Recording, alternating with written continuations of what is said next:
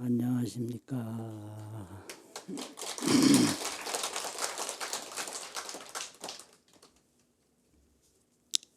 오늘은 좀 여러분이 참석하셨네요.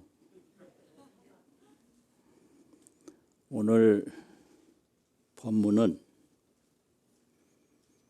진울 스님의 한생각 공부, 진울 스님의 한생각 공부, 이제 이런 제목으로 말씀을 드리겠습니다. 진울 스님 그러면 보조 스님으로 알려졌어요. 보조 스님. 그런데 보조 스님은 법호가 진울이고요. 알지자, 어눌할 얼자, 어눌할 눌, 눌변이라고 하는 그 눌이 있잖아요. 그 진울이고, 자호는 자기 스스로를 표현하는 호는 모구자예요. 모구자. 소를 키우는 사람. 모구자고, 돌아가신 후에 나라에서 시호를 지어서 봉정을 하는데 그 시호가 불일보조, 부처님 태양이 널리 비춘다. 불일보조예요. 그래서 보조가 따로 있는 이름이 아니고 불일보조까지 합쳐진 이름이거든요. 그런데 알려지기를 보조 스님이라 이렇게 알려졌어요.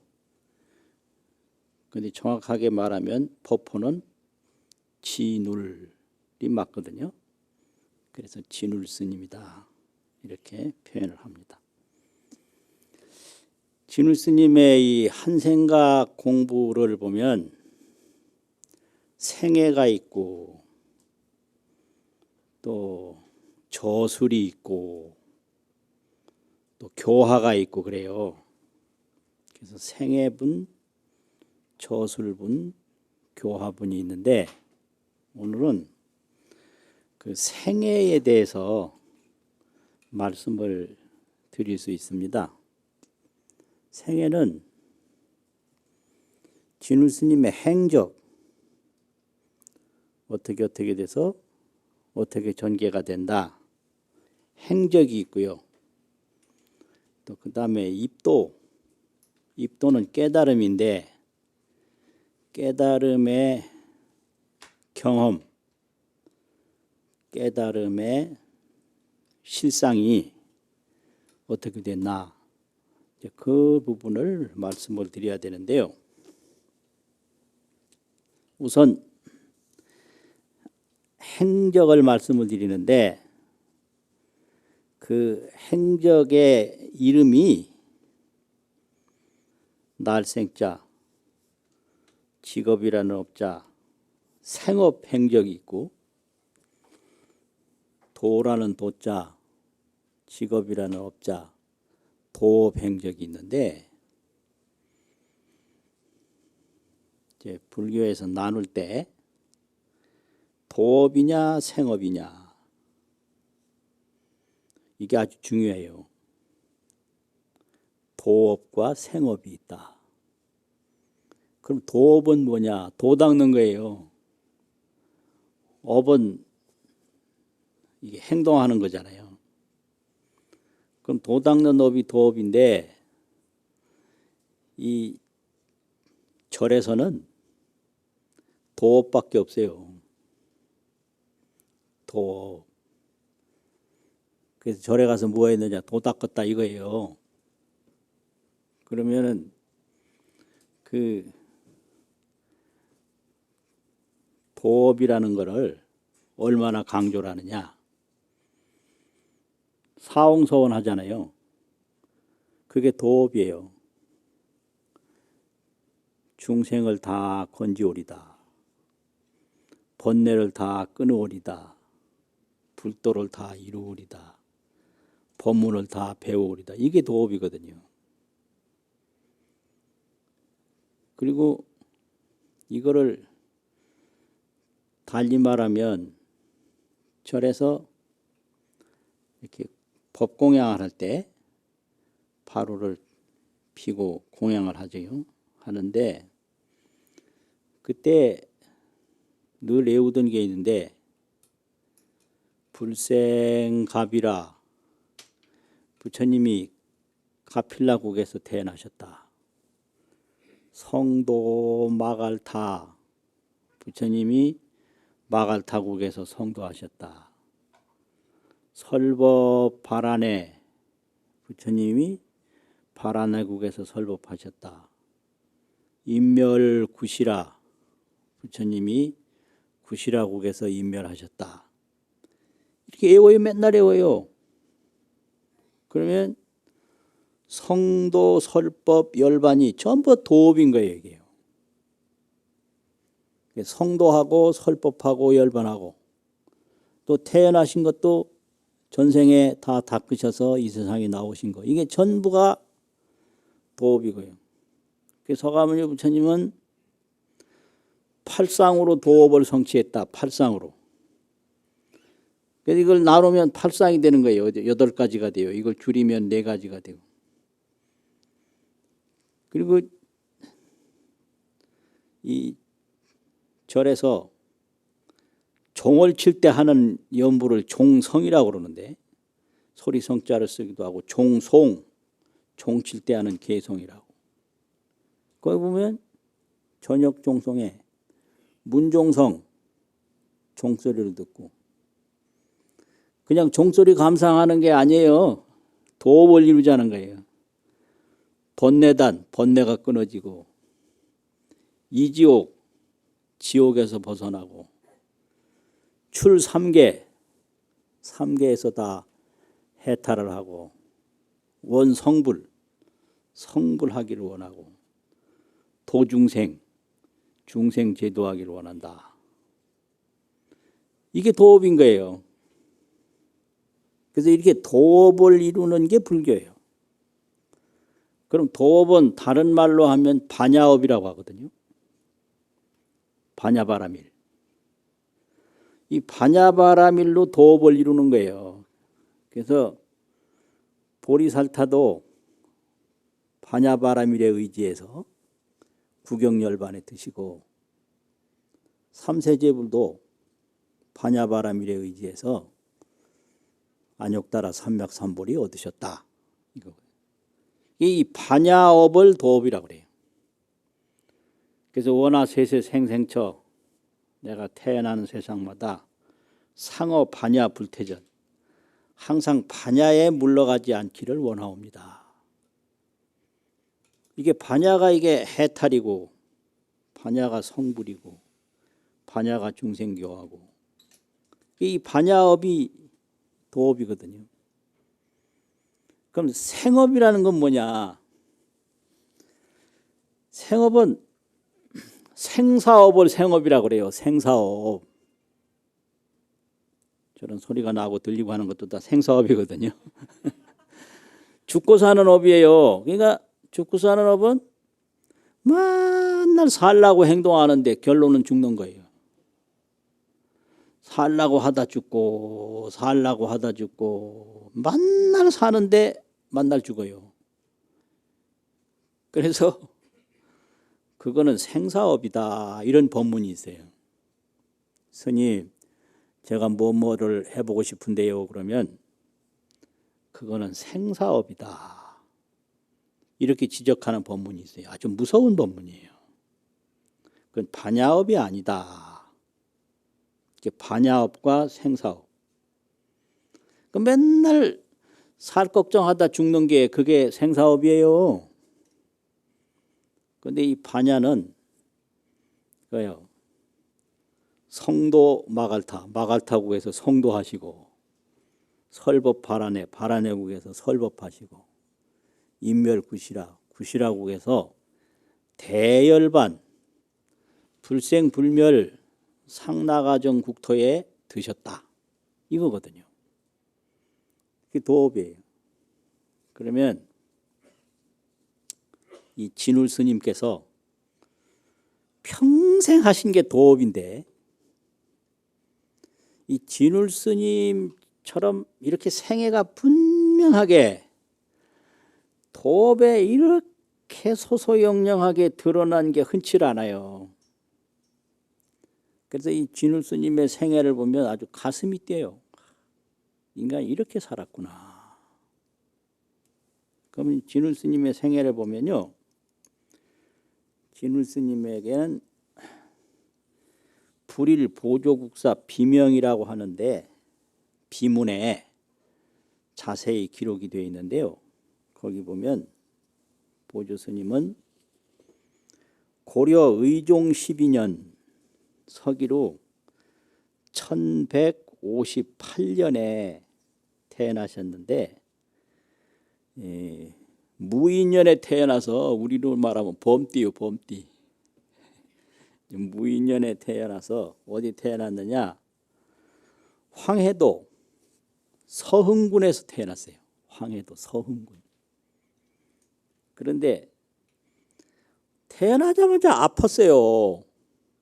그래서 부모들이 아무리 약을 써도 안 나니까 부처님께 서원을 했어. 이 아이가 나으면 출가를 시키겠다. 그러니까 병이 털컥 났어. 기가 막히지.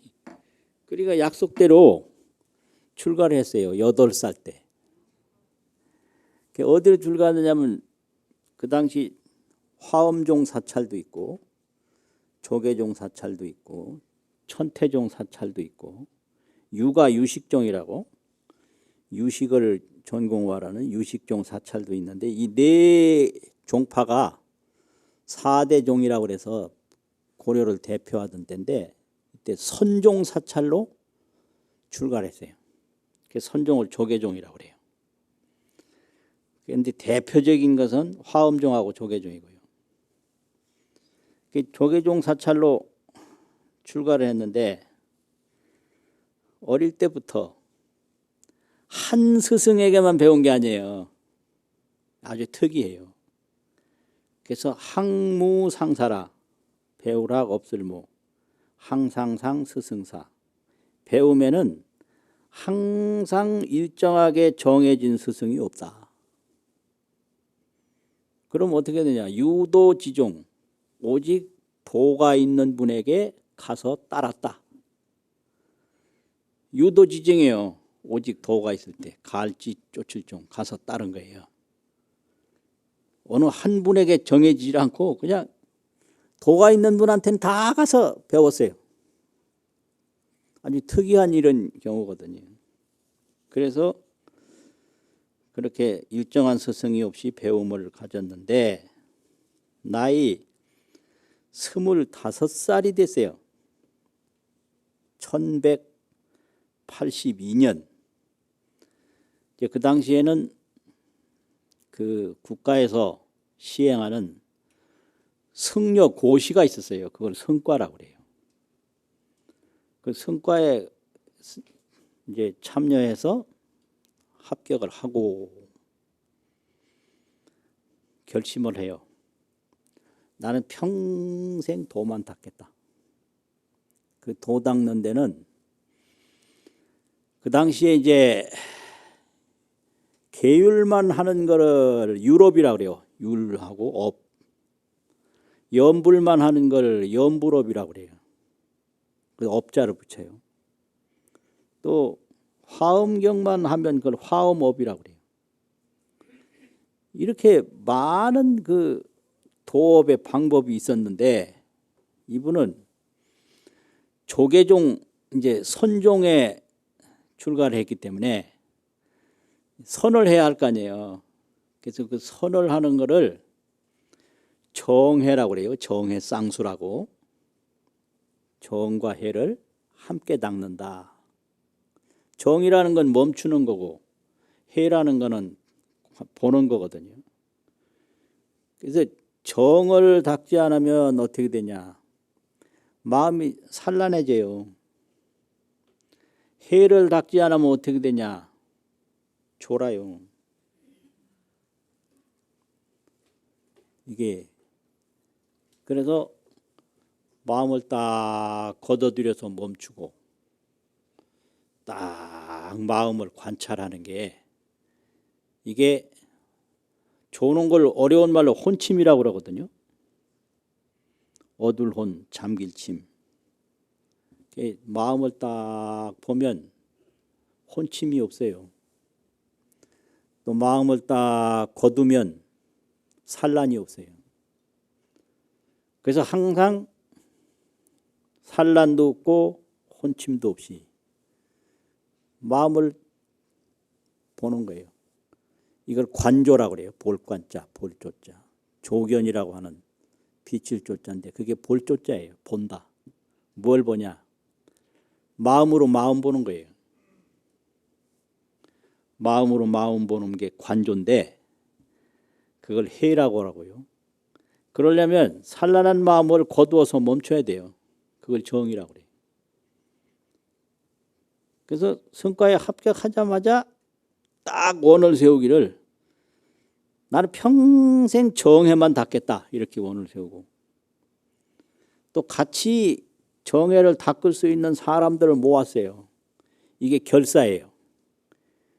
결이라는 거는 맺을 결, 사회라는 모임 사자인데 모임을 맺는다고 혼자 닦는 게 아니라 여럿이 같이 닦자고. 이게 정의 결사거든요. 그렇게 정의 결사로 이제 하자고 그 참여했던 사람들하고 약속을 하고 돌아갔어요. 돌아갔는데 그러고 얼마 안 있다가 어느 절에서 좀 머물고 또 얼마 있다가 나이 28살 1185년에 저 경상북도 예천에 가면 학가산 보문사라는 절에 들어가셨는데 굉장히 산중이에요. 그러니까 당시는 서울이 개경이거든요. 그래서 요 경주도 동경이라고 그래가지고 동쪽 옛날 서울이었잖아요. 잡초만 무성하고 그런 데 많거든요. 그러니까 이쪽으로 내려온다는 거는 저 서울 대도시하고 멀리 간다는 의미예요. 그래서 경상북도 예천군 하가산 보문사에 28살에 들어가셔요. 들어가시고 거기서 한 3년은 확실하게 계셨고 3년 내지 한 5년 동안은 계시지 않았나 싶어요. 계시다가 어디로 옮기냐? 저 은혜사 옆에 가면 거조사라고 있거든요. 500나 있는데 그 팔공산 거조사로 옮겨서 거기서 옛날에 약속했던 사람들을 전부 다가 불러 모아가지고 정회결사를 시작을 해요. 그러다가 41세 때 41세 1198년 무오년에 41세 1198년 무오년에 지리산 상무주라고 지금도 있거든요. 상무주함에 거기 계셔요. 상무주함에 계셨다가 언제까지 있었느냐? 43세 1200년 경호년까지 거기 계셨는데 1200년에 조계산 수선사 지금 송광사예요. 수선사로 가셔서 11년을 거기서 교화를 해요. 11년을 송광사에서. 그러다가 53세 1210년에 열반에 드시거든요. 지금 그 보조 스님이 계셨던 곳을 다녀보면 전부가 산중사찰이고요. 오로지 정해쌍수, 설법교화 그것뿐이에요. 다른 일은 전혀 없어요. 8살에 절에 와가지고 산중사찰만 다니면서 정해쌍수, 설법교화 그야말로 도업에 그렇게 세밀하게 정진하신 것이 딱 드러나니까 정말로 감동스러워요. 행적은 그렇고요. 이제 입도인연이라고 그러는데 도에 든다 이 말은 깨닫는다 이 말이거든요. 인연이라는 것은 깨닫는 사례, 사실, 요즘 말하면 사연, 무슨 사연 그림 하나 뭐 그런 말도 있잖아요. 그 사연이에요. 그 일어난 일, 그 깨달음이 일어난 일, 그걸 인연이라고 그래요. 입도 인연, 도에 든 인연이다. 입도 사연이에요. 그럼 본주 스님이 언제 어떻게 깨달았나? 또 입도 인연을 보면 깨달음이라는 게 이게 누구나 다 할 수가 있는 거로구나 이걸 알 수가 있어요. 25살 성과에 합격을 하고 나서 얼마 안 됐을 때인데 하루는 밝은 창 앞에서 육조단경을 보는데요. 육조단경에 뭔 말이냐 그러면은 진여자성은 우리 일체중생 청정불성이에요. 진여자성이 기염하여 생각을 일으켜서 뭘 하느냐? 수견문각지나 비록 진여자성이 생각을 일으켜서 보고 듣고 느끼고 알고 이걸 견문각지라고 그러거든요. 보고 듣고 느끼고 알고. 보고 듣는 건 눈과 귀가 하고요. 느끼는 거는 비설신, 코도 느낄 때 각이라고 그러고 혀도 느낄 때 각이라고 그러고 몸도 느낄 때 각이라고 그러고 그 다음에 의 생각이 느끼는 거를 알지자 지를 써요. 그래서 안입이 설신의 육근인데 이거를 기능으로 보면 견문각지라고 그래요. 그럼 이게 눈이 보는 게 아니라 진여자성이 보는 거예요. 진여불성이 보는 거예요. 눈은 이거는 진여자성이 움직이지 않으면 못 봐요. 또 눈은 이게 파괴가 되면 또 못 봐요. 숨이 떨어지면 또 못 봐요. 우리가 우리 말 속에 운명하셨다 이러잖아요. 그거 말로만 그렇지 알고 보면 아주 허망한 용어예요. 떨어질 운자가 있고요. 목숨 명자가 있는데 목숨이라는 게 다른 게 아니고 이 숨이에요. 숨. 숨졌다 이거를 운명하셨다 이래요. 이 언어의 이게 마술이라는 게 아주 희한한. 그냥 숨진 거예요. 아무것도 아니에요. 숨지면 눈도 못 보고요. 귀도 못 듣고요. 이래요. 그러니까 이게 눈이 보는 게 아니라 진여 불성이 보는 거다. 이걸 중생이 모르는 거예요. 또 연란해 자꾸. 네? 그거 진여불성이 보는데 눈이 보는 줄 알고 진여불성이 말하는데 혀가 말하는 줄 알고 이래가지고 속아서 살다가 속아서 죽는 거예요. 그런데 진울 스님은 육조단경을 딱 보다가 진여자성이 생각을 일으켜서 비록 보고 듣고 느끼고 알고 하나 그러나 뭐 어떻게 되냐 진성은 상자제라 그 진여자성은 항상 자제한다. 죽고 사는 게 아니다 이거예요. 견문각지 않아 항상 스스로 있다. 이 죽는 속에 죽지 않는 것이 있다. 이걸 진여불성이라고 해요. 이거를 딱 보는 순간에 아주 놀래고 기쁘고 이야, 놀랜다는 것은 몸이 부르르 떨린다는 거예요. 이게 사람은 몸과 떨어져 있는 게 아니라 아주 정신적으로 큰 변화가 있으면 몸이 움직여요. 그걸 놀랜다고 그래요. 지금까지 몰랐던 거 아니까 아주 기뻐요. 그래서 놀랄 경 기쁘리 자를 썼어요. 경이했다. 그럼 이제 이런 경우에 경보다가 깨닫는 경우에는 눈에서 불이 나요. 그리고 뭐 기억나서 깨닫는 경우에는 몸이 그냥 뚝 떨어져요. 반드시 그 깨달음을 얻을 때는 몸에 반응이 와요. 그리고 깨달음이 이제 내일 모레쯤 온다 그러면은 이 가슴에서 뭐가 뚝뚝 떨어지는 걸 경험을 해요. 몸이 먼저 반응해요. 몸이 희한한 거예요, 이게. 몸이 먼저 알아요. 그러니까 이거 놀래고 기뻐했다, 이게. 놀랬다는 건 몸이 크게 움직였다. 몸이 안 움직이는 건 놀라는 게 아니거든요. 아주 기뻐.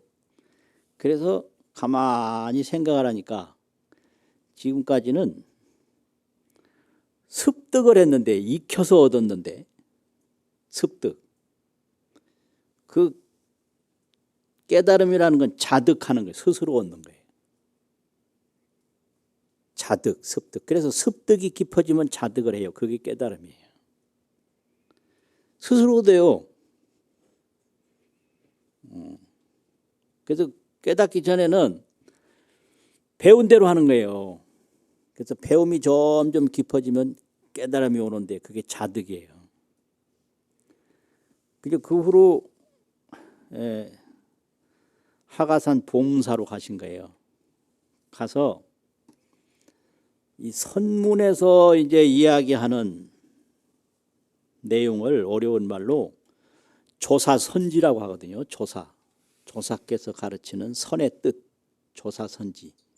이게 선문 종지라고도 하고요. 조사선지라고도 하고. 선에서 중심적으로 가르치는 뜻이다. 선문에는 조사선지가 있고, 이제 대표적인 화엄종에서는 화엄 원교라고 그러는데,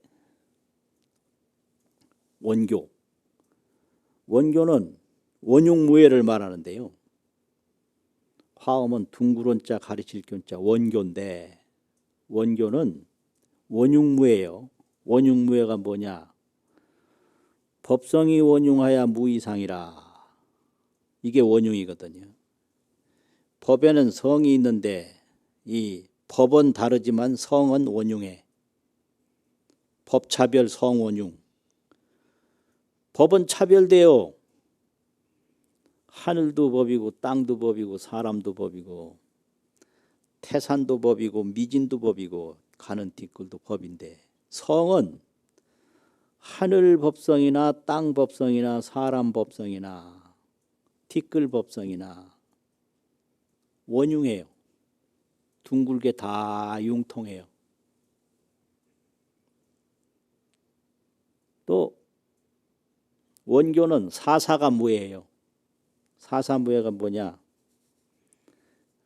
그 의상 스님의 법성계를 원교 종요라고 하는데, 원교의 아주 근본 요점이다 이 말이에요. 종요라는 말은 종교라는 종자 요점 요자.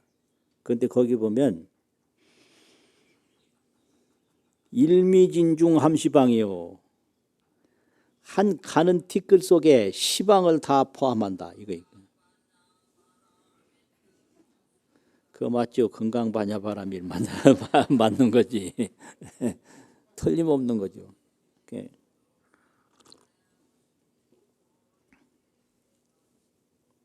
일미진중 함시방, 또 무량원급 적일념. 이게 사사무예라는 거예요. 무량원급도 일이고, 또 무량겁도 일이고, 또 일찰나도 일이고, 무량원겁이 적일념이라, 일념이라는 건 일찰나거든요. 무량원겁도 일이고 또 찰나도 일인데, 이게 그냥 융통해요. 이걸 무예라고 그래요. 또 시방허공과 일미진이, 시방허공도 사물이고 일미진도 사물인데 그래서 미진 사물이나 허공 사물이 걸림이 없어. 이걸 무해라고 그러거든요. 그래서 화엄에서는 원교인데 원교는 법성원융 사사무해를 가르치는 건데요. 그거 근본 요점을 가르친 게 법성계예요. 그런데 이 진울 스님이 가만히 생각하니 선문에서는 마음이 곧 부처다 이걸 가르치거든. 즉심즉불이라고 그래요. 마음에 곧 마음이 곧 부처다. 그런데 화엄에서는 원융무해를 가르쳐. 법성원융 사사무해. 그래서 선문에서 가르치는 즉심즉불하고 화엄에서 가르치는 원융무해하고 이게 같은 건가 다른 건가 이런 생각이 들었어요. 그래서 어느 화엄 종장 화엄 대가에게 가서 물으니까 즉심즉불을 관하지 말고 사사무해를 찾아라 이렇게 가르쳐. 근데 진울 스님은 즉심즉불은 이미 깨달은 바가 있는데 마음을 떠나서 다른 것을 관찰하는 게 과연 옳은가 이래서 이 원융무해하고 즉심즉불하고 이게 같은 내용인가 다른 내용인가 이거를 알기 위해서 3년 동안을 그 예천 보문사에서 경전을 열람을 했어요. 그래서 3년이 됐는데 화엄경의 열애출연품에 이거 참 기가 막힌 거예요. 열애출연품에 뭔 말씀이 있느냐 그러면은 열의 지혜가 구족제의 중생신중이나 열의 지혜가 구족히 중생의 몸속에 다 있다. 그런데 단 범부의 어리석은 이들이 망상집착으로 부지불각이라 망상과 집착 때문에 알지 못하고 깨닫지 못한다. 이 말이 있어요. 여기서 그냥 그 의심이 확 다 없어진 거예요. 경에서도 열애의 그 광대무변한 지혜 광명이 중생의 몸속에 구족히 다 있다는 말이 있단 말이에요. 그런데 왜 못 깨닫느냐? 범부의 그 망상 집착으로 알지 못하고 깨닫지 못할 뿐이다. 이 말을 보고 눈물이 주르르 났어요. 선에서만 마음이 부처란 말을 하는 게 아니라 경에서도 열의 지혜가 구족히 중생신중에 다 있다고 그래요. 다 있는데 다만 못 깨닫는 이유는 망상 집착 때문에 못 깨닫는다고 한다. 여기서 선과 교에 대한 의심이 하나도 없이 다 없어져 버렸어요. 이런 게 깨달음이에요. 이건 자득이에요. 깨달음이라는 건 스스로 얻어서 의심이 없어진다는 거거든요. 스스로 얻어서 자득무의, 자득해서 의심이 없어지는 게 그 깨달음이거든요. 그래서 선종에서 즉심즉불을 가르치는 거나 화엄경에서 열의 지혜가 구족히 중생 몸속에 다 있다고 하는 거나 조금도 다를 바가 없다. 그런데 다만 이제 의심이 가는 건 그러면 범부가 최초의 그 도닦는 문으로 들어가는 과정은 어떻게 되나 그것도 의심이 생긴 거예요. 그래서 통연장자 화엄론이라고 있는데 그 통연장자 화엄론을 보니까 그런 말이 있어요. 마음이 바로 법계다. 온 우주법계가 바로 마음이다. 또 마음이 바로 지불이다. 지혜 부처다. 마음이 바로 문수보살이다. 이 말이 있는 거예요. 심즉 법계, 심즉 지불, 심즉 문수. 요걸 딱 믿는 게 그게 최초 신심이다. 이게. 마음이 법계요.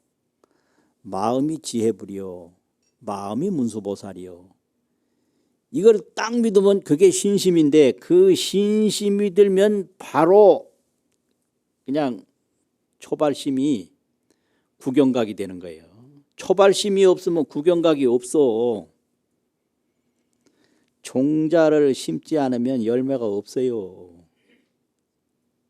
그래서 최후 성불하는 것만 중요하게 생각하는데 그게 절대로 아니고요. 최초 발심이 더 중요해요.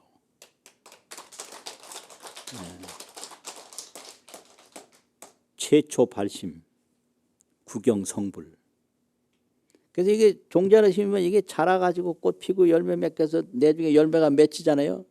그럼 열매를 따보면 처음 심었던 종자예요. 그걸 법성원흉이라고 그래요. 아, 이거 참 기가 막혀, 기가 막혀. 그래서 의심이 없는데 나중에 이제 41세 때 지리산으로 들어가서 공부를 하는데 대해보각선사 어록이라고 30권이 있는데 그 뒷부분이 요즘 강원에서도 가르치는 대해서장이라는 거고요. 앞부분은 또 어록이 있는데 거기에 일부러 찾는다고 이거 애먹었는데 몇 권에 나오나 30권 중에 제19권에 그런 말씀이 있어요. 선이라는 거는 마음 보는 게 선인데 마음을 찾아보는 거는 마음을 보는 것도 선이라고 그러고 마음 또 자체도 선이라고 그러고 이거를 어려운 말로 마음을 보는 거를 마음 찾아본다 그래가지고 능할 능자 조견이라는 볼조자 능조라고 그러고요. 마음 자체를 마음이 봐서 마음이 보여지는 마음을 소조라고 그러는데 장소라는 소자. 그래서 능소일체라고 이 어려운 말로 해요. 보는 마음과 보여지는 마음이 한 마음이다. 아, 이거 어려운 용어예요, 이거. 이런 거 안 하면 쉬울 텐데 왜 자꾸 말을 하는지 모르겠어요. 내가 보잖아요. 보는 마음은 그 보는 마음이고 그 보이잖아요. 그 보이는 마음은 그게 또 마음인데 그걸 보는 마음을 능조심하고 보여지는 마음을 소조심 그런다고 장소라는 석자. 그런데 선에서는 보는 마음도 선이라고 그러고 보여지는 마음도 선이라고 그러고 이제 막 같이 쓰는 거예요. 그러니까 마음이라는 것은 뭐냐? 부재정처하고 고요한 곳에 있는 것도 아니다. 부재요처하고 마음은 시끄러운 데 있는 것도 아니다. 또 마음은 사량분별처 생각하고 분별하는 곳에 있는 것도 아니다. 마음은 또 일용응년처 밥 먹고 옷 입고 왔다 갔다 하고 그런 데 있는 것도 아니다. 그런데 가장 중요한 것은 고요한 것을 떠나서 사량분별을 떠나서 시끄러운 것을 떠나서 마음을 찾지 마라. 호련개안하면 호련히 눈을 딱 뜨면 이 고요하고 시끄럽고 뭐 오고 가고 하는 것이 전부 마음 안에 있는 일이다. 이런 마음이 있어요. 또 이걸 보고 또 마음이 더 확 열렸어. 이게 이제 세 번째 깨달음인데요. 그래서 이제 진울 스님이 무슨 말씀을 했느냐 그러면 자신이 육조단경을 보고 깨달음을 얻고 또 예천 보문사에 가서 또 깨달음을 얻고 이렇게 자득 수행을 했다. 스스로 얻어서 수행을 했는데도 무슨 일이 있었냐. 애응물이라고 그러는데 가슴에 뭔가가 걸리는 게 있어. 애응물. 마음이 편안하지 않고 그걸 정견미망이라고 이 감정으로 보는 견해가 있어서 뭔가 답답한 게 있어요. 가슴에 뭔가 이게 걸리는 게 있어요. 마음이 편치를 않았다. 그런데 지리산 상무주에서 그 대해서장을 보고 눈을 크게 띈 뒤부터는 마음이 편안해졌다 이거예요. 그래서 이 도라는 건 몸과 마음이 함께 편안한 게 이게 최상의 도예요.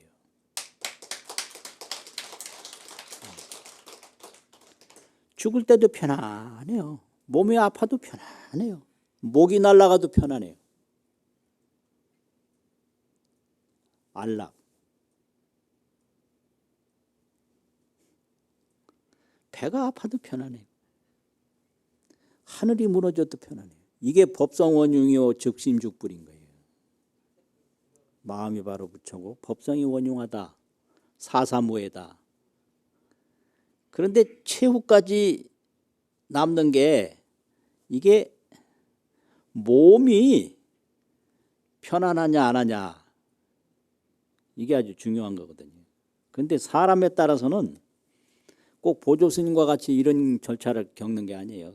딱 깨닫는 순간에 그냥 온몸이 편안한 경지에 오르는 건데요. 이걸 돈수라 그래요. 깨달음도 한꺼번에 됐고 닦음도 한꺼번에 됐다.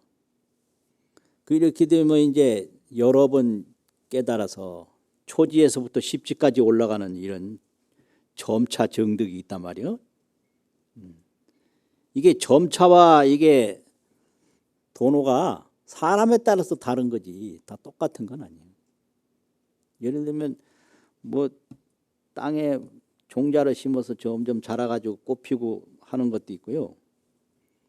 그런데 어떤 경우에는 땅에서 나자마자 한꺼번에 그냥 꼭대기까지 다 크는 것도 있어요.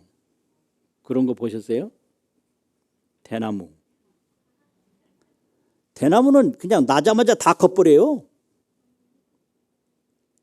그리고 이제 저기 산중에 있는 물이 바다까지 갈 때는 이게 냇물도 되고 뭐 강물도 되고 넓은 물로 거쳐서 바다에 들어가잖아요.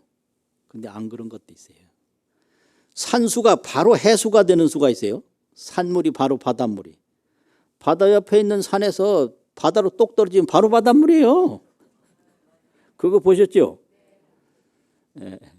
산물이 그냥 똑 떨어지면 바로 바닷물이에요. 그러니까 도노돈수라든지 도노점수가 사람에 따라서 있는 거지 전혀 이게 뭐 없는 게 아니고 다 있다 이거예요. 그런데 문제는 하면 다 깨닫는다 이거예요. 왜냐하면 중생리 속에 다 있기 때문에. 근데 왜 못 깨닫느냐? 망상 집착 때문에 못 깨닫는다. 마치겠습니다.